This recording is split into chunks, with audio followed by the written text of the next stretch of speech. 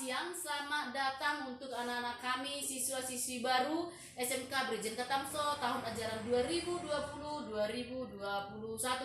Perkenalkan, nama saya adalah Meida Setanggang, Eskom. Saya adalah guru produktif di program studi Rekayasa Perangkat Lunak atau RPL.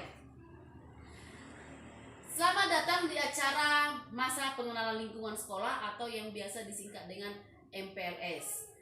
Sebelum saya memberikan materi MPLS kita hari ini, ada beberapa hal yang perlu kita lakukan selama masa pandemi ini.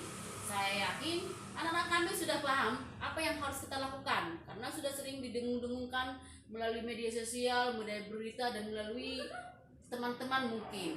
Tapi perlu Ibu ingatkan lagi supaya kita bisa lebih termotivasi dan lebih semangat lagi untuk melaksanakannya. Apakah itu yang harus kita lakukan selama masa pandemi? Yang pertama, tetaplah jaga kesehatan dan kebersihanmu. Karena saat kamu sehat dan bersih, maka akan mengurangi kemungkinan kamu akan terjangkit oleh virus-virus, khususnya virus yang saat ini lagi populer, yaitu virus corona atau COVID-19. Yang kedua, tetaplah di rumah. Jika terpaksa kamu harus keluar rumah, maka jangan lupa menggunakan masker. Jaga jarak dengan teman-temanmu dan hindari keramaian. Nah, selama kamu di rumah, Ibu sarankan jangan pernah menyentuh mata, mulut, dan hidungmu, karena itu adalah bagian-bagian tubuh yang gampang terkena oleh virus-virus, bahkan virus corona tersebut. Yang ketiga, rajinlah cuci tangan.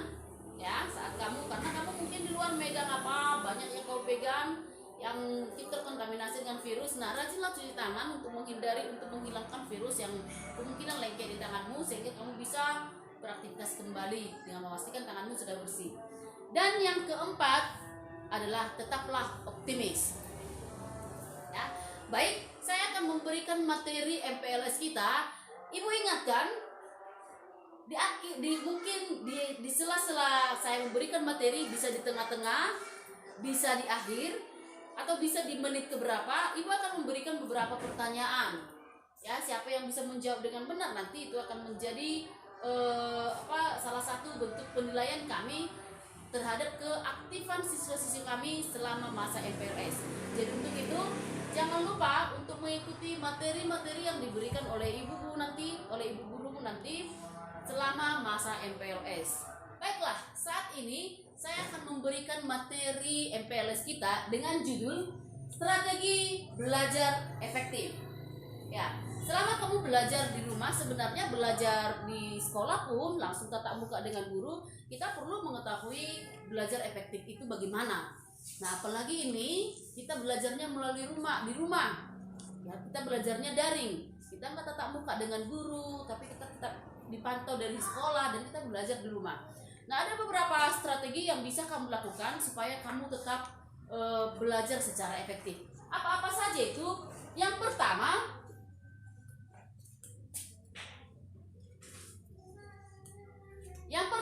motivasi diri.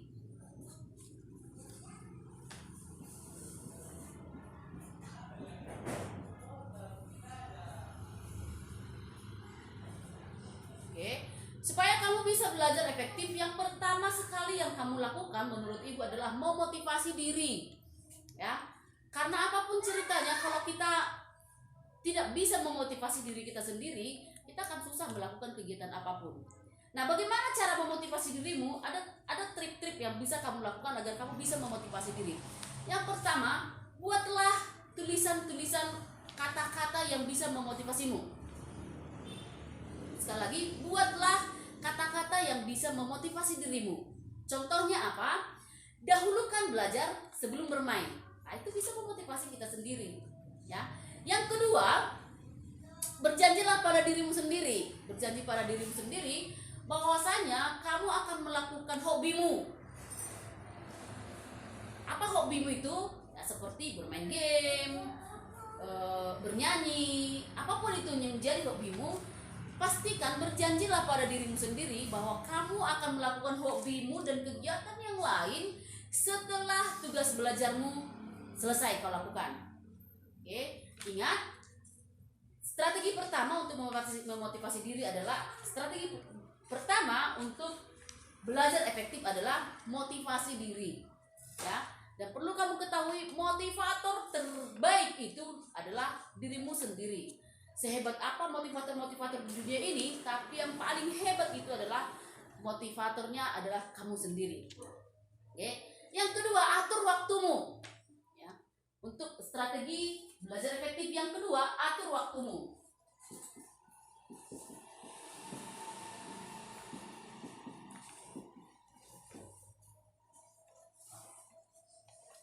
Beberapa sekolah melakukan pembelajaran daring dengan waktu yang sudah ditentukan, ya, udah jelas waktunya dari jam berapa ke jam berapa belajar apa untuk hari ini.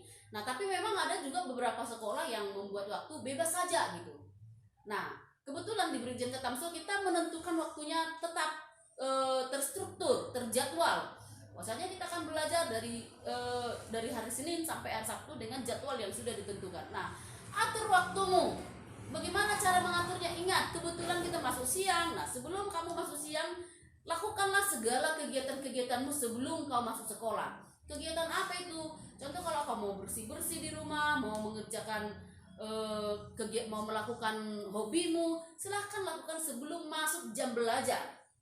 Nah, selama jam belajar, ibu sarankan konsentrasilah, fokuslah. Setelah kamu masuk ke jam belajar, fokuslah untuk mengerjakan segala tugas-tugasmu.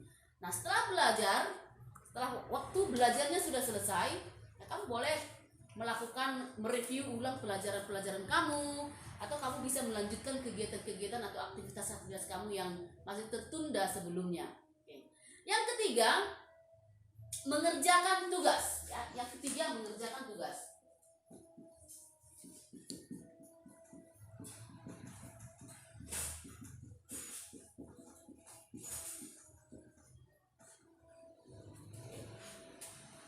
Selama masa pandemi ini, ibu sarankan kerjakanlah tugasmu seefektif mungkin, kerjakanlah tugasmu secepat mungkin. Setiap tugas yang diberikan guru, silahkan langsung kerjakan. Nah, boleh seperti tadi dari waktu yang sudah kamu atur, ya, kerjakan setiap tugas-tugas yang sudah diberikan guru. Nah, ketika itu belum selesai, pada waktu yang sudah diberikan oleh pihak sekolah atau gurumu, silahkan lanjut mengerjakan tugas-tugasmu. Baca tugas yang diberikan oleh gurumu. Baca dengan teliti. Baca seluruhnya perintah, instruksi yang diberikan oleh gurumu. Ketika kamu tidak paham apa yang disampaikan oleh gurumu, perlu kamu berkomunikasi dengan guru. Silahkan berkomunikasi dengan gurumu. Atau berkomunikasi dengan teman-temanmu. Atau bahkan berkomunikasi dengan sekitarmu atau anggota keluargamu yang lain.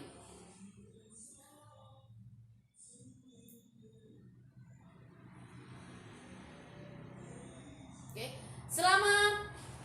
Selama masa pembelajaran daring, selama belajar daring, pastikan kamu memiliki peralatan-peralatanmu yang diperlukan untuk daring seperti HP, laptop, kuota, dan aplikasi-aplikasi yang diperlukan untuk mendukung proses pembelajaran daring ini. Apa aplikasi-aplikasi itu? Antara lain WA.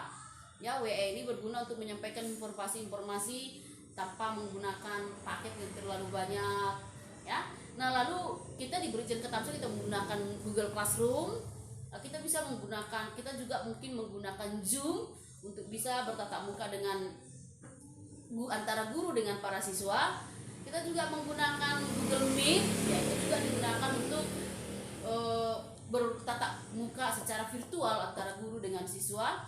Nah, pastikan itu terinstall baik di HP maupun di laptopmu, ya, supaya kamu tidak terhalang untuk melakukan proses belajar mengajar daring. Yang keempat, bertanyalah pada orang lain. Bertanyalah pada orang lain.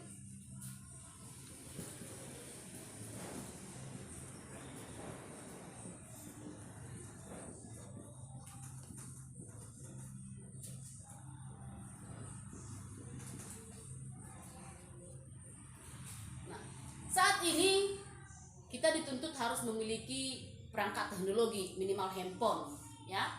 Dan saat ini kita disarankan untuk menggunakan media-media pendukung yang bisa mendukung kita untuk belajar.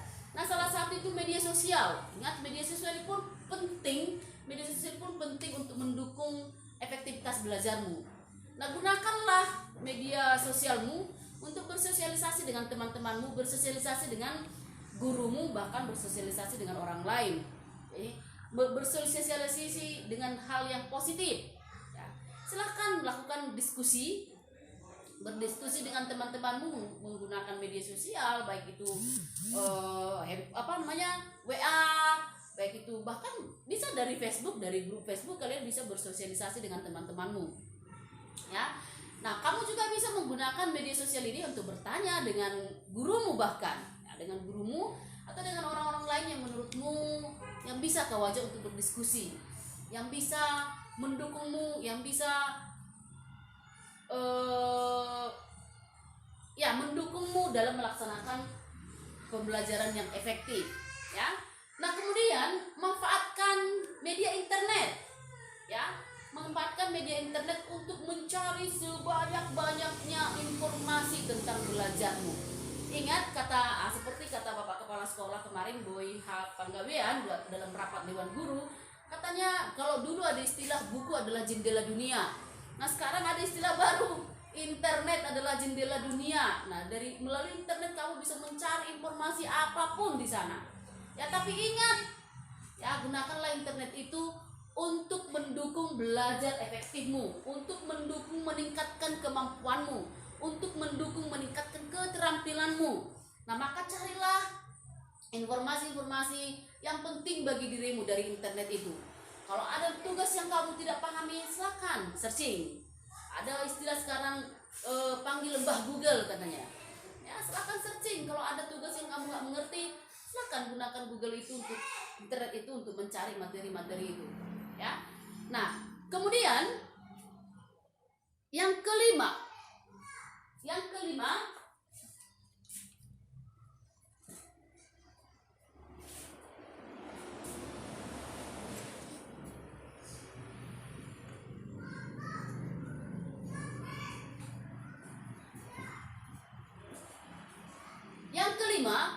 Ulangi materinya. Ya, setelah kamu selesai membaca tugas-tugas yang diberikan gurumu, kamu sudah selesai mengerjakan tugas-tugasnya. Nah, ibu sarankan jangan lupa untuk mengulangi materi-materi tersebut. Apa gunanya itu diulangi? Supaya kita bisa lebih mengingat lagi, supaya kita bisa lebih mengerti lagi.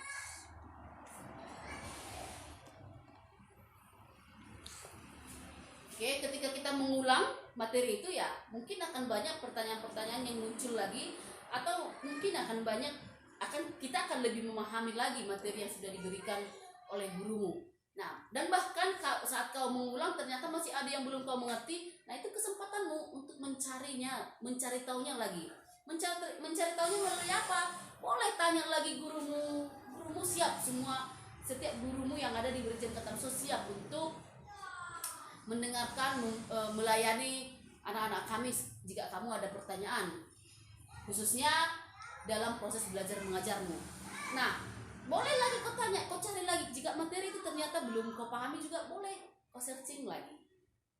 Atau kau tanya teman-teman satu kelasmu. Dan yang terakhir, ya, strategi belajar efektif yang terakhir adalah lanjutkan dan perbaiki. Nah, sebenarnya sama dengan yang nomor 5 tadi. Ketika kamu sudah mengulangi, nomor 6.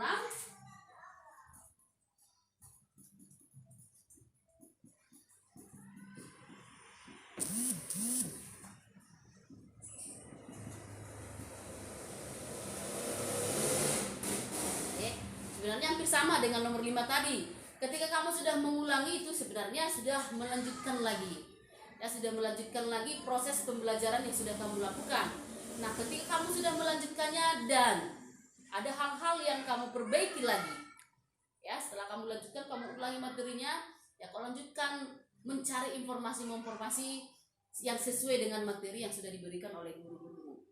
Oke, nah saya ulang lagi dari semua yang dijelaskan tadi, saya ulang lagi rangkumannya. Oke, strategi belajar efektif menurut saya ada 6 yang bisa kamu lakukan. Yang pertama adalah motivasi diri. Yang kedua adalah atur waktumu. Yang ketiga, mengerjakan tugasmu. Yang keempat, bertanya pada orang lain, pada gurumu, pada teman-temanmu, bahkan pada anggota keluargamu. Yang kelima, ulangi materi yang diberikan oleh gurumu. Dan yang keenam, lanjutkan membahas materi tersebut dan perbaiki jika kamu masih memiliki kesalahan-kesalahan sebelumnya. Oke, terima kasih. Demikian materi MPLS kita hari ini. Ada satu pertanyaan dari Ibu. Oke, ada pertanyaan dari Ibu yang memastikan bahwasanya kamu menyimak setiap apa yang Ibu sampaikan. Yang pertama,